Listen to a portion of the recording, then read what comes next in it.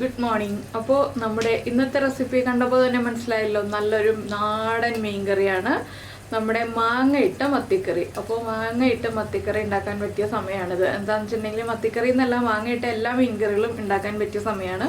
നമുക്ക് മാങ്ങ അവൈലബിൾ ആയിട്ടുള്ള സമയമാണ്. മാങ്ങ ഇല്ലാത്ത സമയത്ത് നമ്മൾ പുളി ചേർത്തിട്ടാണ് മീൻകറി ഉണ്ടാക്കുക. പക്ഷേ മാങ്ങയ്ക്ക് ആ ഒരു മീനിൻ്റെ ടേസ്റ്റും എല്ലാം കൂടി പിടിച്ചു വരുമ്പോൾ മാങ്ങ തന്നെ എടുത്ത് കഴിക്കാൻ നല്ല ടേസ്റ്റാണ് കേട്ടോ. അപ്പോൾ നിങ്ങൾ എന്തായാലും മാങ്ങ ഇട്ടിട്ട് മീൻകറി ഉണ്ടാക്കി നോക്കിയിട്ടില്ലെങ്കിൽ മാങ്ങ ഇട്ട് മീൻകറി ഉണ്ടാക്കി നോക്കിക്കോളൂ. ഇത് ഞാൻ പറയുന്നത് കുക്കിംഗ് പഠിച്ചു തുടങ്ങുന്ന കുട്ടികളെ ഉദ്ദേശിച്ചിട്ടാണ്.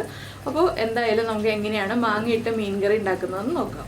നമുക്ക് നമ്മുടെ ഇൻഗ്രീഡിയൻസ് നോക്കാം. നമ്മളിപ്പോൾ 1/4 കിലോ മീൻ എടുത്തിട്ടുണ്ട്. മീൻ രണ്ടായിട്ട് മുറിച്ചെടുത്തിട്ടുണ്ട് നന്നാക്കിയതിന് ശേഷം.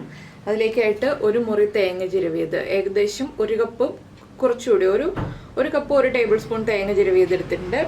പിന്നെ നമ്മളിതിലേക്ക് ചേർക്കുന്നത് പുളിയല്ല, മാങ്ങയാണ്. മാങ്ങ ഇട്ട മീൻകറിയാണല്ലോ.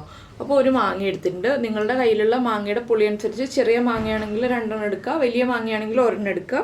പിന്നെ ഇതിലേക്ക് വേണ്ടത് വേപ്പില, അതുപോലെ തന്നെ ഞാൻ കാന്താരിമുളകാണ് എടുത്തിട്ടുള്ളത്. ഉള്ളി എടുത്തിട്ടുണ്ട്, 1 പീസ് ഇഞ്ചി എടുത്തിട്ടുണ്ട്. നിങ്ങൾ എടുക്കുമ്പോൾ ഒരു 4 or 5 പച്ചമുളക് എടുക്കുക. പിന്നെ ഇതിലേക്ക് അരപ്പിന് വേണ്ട പൊടികൾ നമുക്ക് അരയ്ക്കുമ്പോൾ പറയാം. ആദ്യം നമുക്ക് ഈ മാങ്ങ ഒന്ന് കട്ട് ചെയ്തെടുക്കാം. അതിനുശേഷം നമ്മുടെ അരപ്പ് റെഡിയാക്കാം. അരപ്പ് റെഡിയാക്കിയിട്ടാണ് നമ്മൾ കറി റെഡിയാക്കുന്നത്. അപ്പോൾ ഞാൻ ഈ മാങ്ങ ഒന്ന് കട്ട് ചെയ്തെടുക്കട്ടെ. അപ്പോൾ മാങ്ങയുടെ തൊലി ഞാനൊരു പീലർ ഉപയോഗിച്ച് പീൽ ചെയ്ത് മാറ്റാണ്.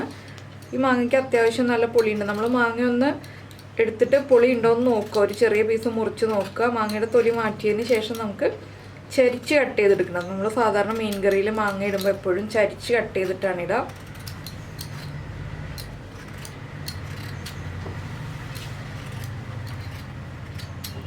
അപ്പോൾ നിങ്ങളൊക്കെ മീൻ കറിയിൽ മാങ്ങ ഏത് രീതിയിൽ കട്ട് ചെയ്തിട്ടാണ് ഇടുക എന്നുള്ളത് ഒന്ന് പറയാം കേട്ടോ. മാങ്ങ ഞാൻ കഴുകി വെച്ചിരുന്നതാണ് നന്നായിട്ട്, അതുകൊണ്ട് തന്നെ ഇനി കഴുകിയെടുക്കാനൊന്നുമില്ല.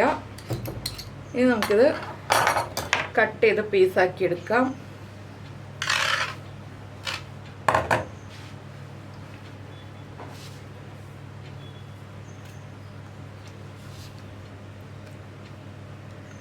ഇതുപോലെ നീളത്തിൽ ഇങ്ങനെ കട്ട് ചെയ്തതിന് ശേഷം ഈ ഓരോ പീസിനെയും ഇതുപോലെ ചരിച്ചൊന്ന് കട്ട് ചെയ്തെടുക്കുക.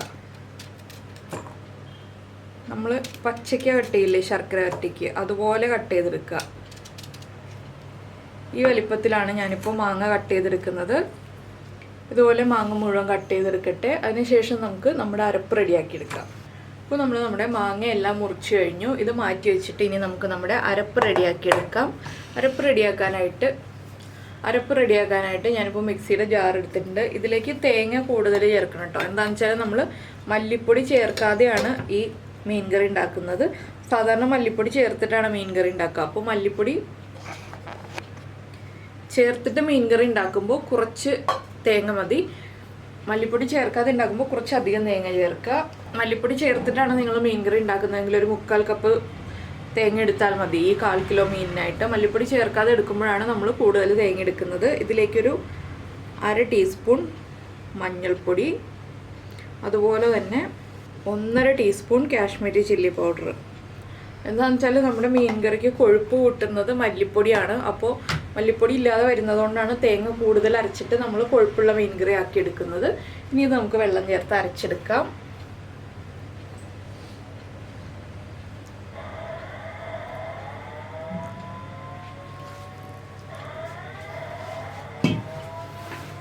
ഞാൻ കുറച്ചധികം വെള്ളം ചേർത്തിട്ടുണ്ട് അരയാനായിട്ട്.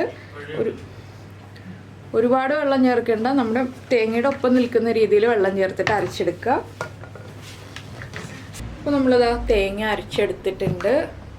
ഇതുപോലെ നന്നായിട്ട് അരച്ചെടുത്തിട്ടുണ്ട്. ഇത് നമുക്കിനി ഒരു ചട്ടിയിലേക്ക് മാറ്റാം. അപ്പോൾ നമ്മൾ നമ്മുടെ അരപ്പ് ചട്ടിയിലേക്ക് മാറ്റിയിട്ടുണ്ട്. അതിലേക്ക് ആവശ്യത്തിന് വെള്ളം ചേർത്ത് ലൂസാക്കി എടുക്കുക. എന്താണെന്ന് വെച്ചാൽ നമ്മുടെ മാങ്ങയും മീൻ കഷ്ണങ്ങളും വേവാൻ ആവശ്യമായിട്ടുള്ള വെള്ളം ചേർത്തിട്ട് വേണം നമ്മൾ അരപ്പ് കുക്ക് ചെയ്യാൻ വയ്ക്കാൻ. ഇതിലേക്ക് ഇനി ഉപ്പ് ചേർക്കാം. ഒന്ന് ഇളക്കി മിക്സ് ചെയ്തെടുക്കുക. ഇനി നമ്മളിതിലേക്ക് ചേർക്കാൻ പോകുന്നത് കുറച്ച് കറിവേപ്പിലയാണ്.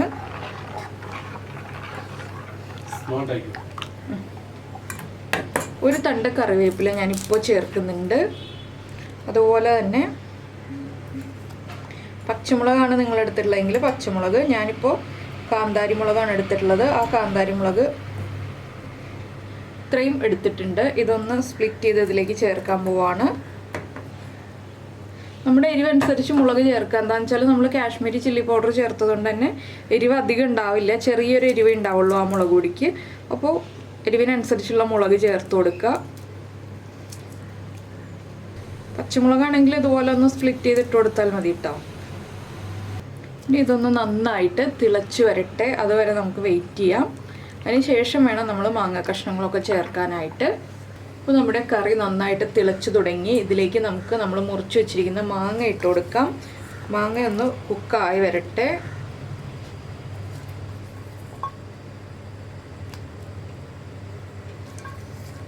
അപ്പോൾ ഞാൻ ഒരു മാങ്ങ മുഴുവനും എടുത്തിട്ടുണ്ട്, എന്നാലും നമ്മുടെ മീൻ കറിക്ക് കറക്റ്റായിട്ട് പുളി ഉണ്ടാവുള്ളൂ. ഇനി മാങ്ങ ഒന്ന് ഹാഫ് കുക്കായി വരുന്നത് വരെ നമുക്ക് വെയിറ്റ് ചെയ്യാം.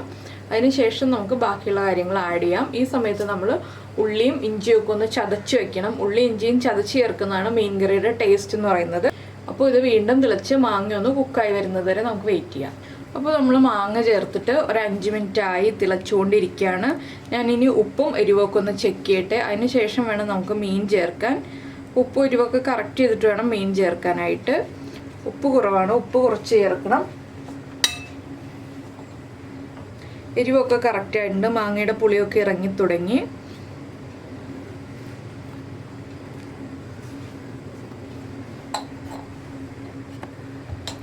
ഇനി നമുക്കിതിലേക്ക് മീൻ ചേർക്കാം.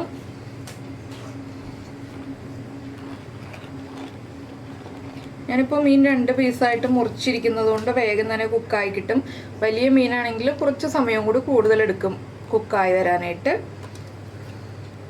ഇത് നമുക്ക് കൊഴുവയിലും അതുപോലെ തന്നെ നമ്മുടെ നന്ദൻ എന്ന് പറഞ്ഞ മീനും ഒക്കെ ഇതുപോലെ വയ്ക്കാം കേട്ടോ. അയില, കൊഴുവ പോലെയുള്ള ചെറിയ മീനുകളൊക്കെ ഇതുപോലെ വയ്ക്കാം. വലിയ മീനുകളിൽ അയില വരെ നമ്മൾ ഇതുപോലെ വയ്ക്കുള്ളൂ. വറ്റയൊന്നും മാങ്ങ ഇട്ട് വയ്ക്കാറില്ല, പുളിയിട്ട് തന്നെയാണ് വയ്ക്കാറ്.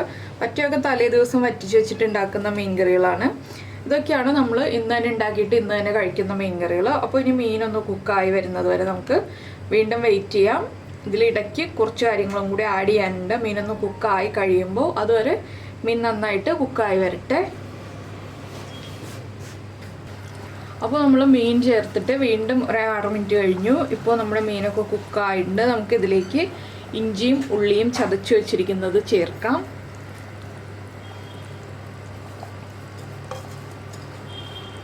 ഇതിൻ്റെ കൂടെ തന്നെ കുറച്ച് വെളിച്ചെണ്ണയും കൂടി ചേർക്കാം. നമ്മൾ അരപ്പിൽ നിന്ന് തെളിഞ്ഞു വരുന്ന എണ്ണയുണ്ട്, എങ്കിലും കുറച്ച് വെളിച്ചെണ്ണയും കൂടി ചേർത്ത് കൊടുക്കണം.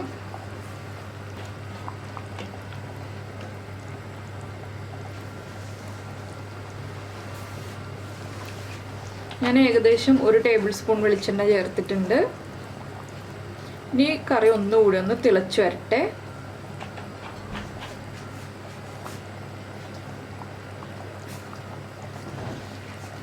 കറി തിളച്ച് എണ്ണ ഒന്ന് നന്നായിട്ട് തെളിഞ്ഞ് വരുമ്പോൾ നമുക്ക് ഫ്ലെയിം ഓഫ് ചെയ്യാം. അത്രയേ ഉള്ളൂ നമ്മുടെ മീൻ കറി. ഇപ്പോൾ നിങ്ങൾ പുളിയും ഉപ്പും ഒക്കെ ഒന്ന് ചെക്ക് ചെയ്ത് നോക്കുക കറക്റ്റ് ആണോ എന്നുള്ളത്. ഇനി ഇഞ്ചി ഉള്ളിയൊക്കെ ഇതിൽ കിടന്നിട്ട് കുക്കായി വന്നോളും. ഒരു 2 മിനിറ്റ് തിളച്ച് വന്നാൽ മതി. ഹൈ ഫ്ലെയിമിൽ വെച്ചിട്ട് തന്നെ തിളപ്പിച്ചെടുക്കുക. ഇതുണ്ടോ, മീനൊക്കെ കറക്റ്റായിട്ട് കുക്കായി വന്നിട്ടുണ്ട്, മാങ്ങയും കറക്റ്റായിട്ട് കുക്കായി വന്നിട്ടുണ്ട്.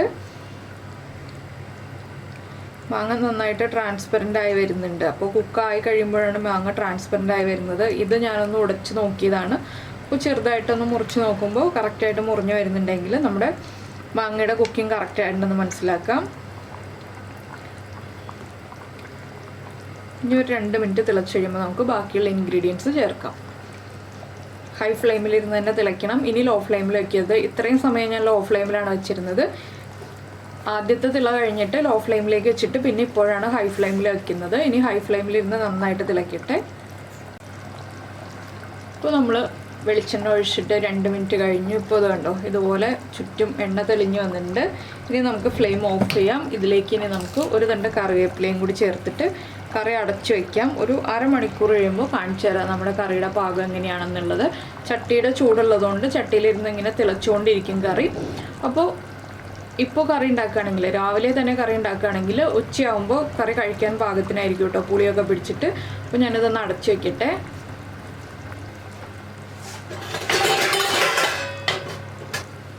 ഇനി നമുക്ക് അരമണിക്കൂർ കഴിഞ്ഞിട്ട് കാണാം. അപ്പോൾ നമ്മുടെ മീൻ കറി ഇതാ നമ്മൾ അരമണിക്കൂർ കഴിഞ്ഞ് തുറന്നിട്ടുണ്ട്. ഇപ്പോൾ നന്നായിട്ട് കറിവേപ്പിലയുടെ ഒക്കെ ഒരു സ്മെല്ലൊക്കെ നന്നായി പിടിച്ചു വന്നിട്ടുണ്ട് നമ്മുടെ കറിയിലേക്ക്. ഇനിയിപ്പോൾ നമുക്ക് ചൂടൊന്ന് കുറഞ്ഞു കഴിയുമ്പോൾ 1 മണിക്കൂറോ 2 മണിക്കൂറോ കഴിയുമ്പോൾ കറി യൂസ് ചെയ്യാവുന്നതേ ഉള്ളൂ. അപ്പോൾ നിങ്ങൾ എന്തായാലും എല്ലാവരും ഇതുപോലെ മാങ്ങയിട്ട് ഈ ഒരു മത്തിക്കറി ഉണ്ടാക്കിയിട്ടില്ലെങ്കിൽ മാങ്ങയിട്ട് മത്തിക്കറി ഉണ്ടാക്കിക്കോളൂ. ചെറിയ മീനുകൾ ഏതാണെങ്കിലും മാങ്ങയിട്ട് കറി വെച്ചിട്ടുണ്ടെങ്കിൽ ടേസ്റ്റാണ്. അപ്പോൾ നിങ്ങൾക്ക് ഇങ്ങനെ കറി ഉണ്ടാക്കിയിട്ട് ഇഷ്ടമായോ ഇല്ലയോ എന്നൊന്ന് പറയുക. ഇവിടെ ഒരു സൗണ്ട് കേൾക്കുന്നത് എന്താണെന്ന് വെച്ചിട്ടുണ്ടെങ്കിൽ ഞാൻ 1/4 കിലോ മീനെ ഞാൻ 1/4 കിലോ മീനെ കറി ഉണ്ടാക്കാൻ എടുത്തുള്ളൂ. ബാക്കിയുള്ള 1/4 കിലോ ഫ്രൈ ചെയ്യാൻ എടുത്തിട്ട് അത് ആ ഫ്രൈ ചെയ്യുന്നതിൻ്റെ സൗണ്ടാണ് കേട്ടോ ഇടയ്ക്ക് കേൾക്കുന്നത്. അപ്പോൾ നമ്മുടെ വീഡിയോ പ്രസൻറ്റ് ചെയ്ത രീതിയൊക്കെ നിങ്ങൾക്ക് ഇഷ്ടമായി എന്നുണ്ടെങ്കിൽ നമ്മുടെ വീഡിയോയുടെ താഴെ കമൻറ്റ് ചെയ്യുക. അതുപോലെ നമ്മുടെ ചാനൽ ആദ്യമായിട്ട് കാണുകയാണെങ്കിൽ നമ്മുടെ വീഡിയോ ഇഷ്ടമായി എന്നുണ്ടെങ്കിൽ നമ്മുടെ ചാനലൊന്ന് സബ്സ്ക്രൈബ് ചെയ്യുക. സബ്സ്ക്രൈബ് ചെയ്യുന്നതിന് ഈ വീഡിയോയുടെ താഴെയുള്ള ആ റെഡ് സബ്സ്ക്രൈബ് ബട്ടൺ ഒന്ന് ക്ലിക്ക് ചെയ്യുക. അതിൻ്റെ റൈറ്റ് സൈഡിലുള്ള ബെല്ലൈക്കണും ക്ലിക്ക് ചെയ്യുക. അപ്പോൾ ഓൾ എന്ന് പറഞ്ഞിട്ടൊരു ഓപ്ഷൻ വരും.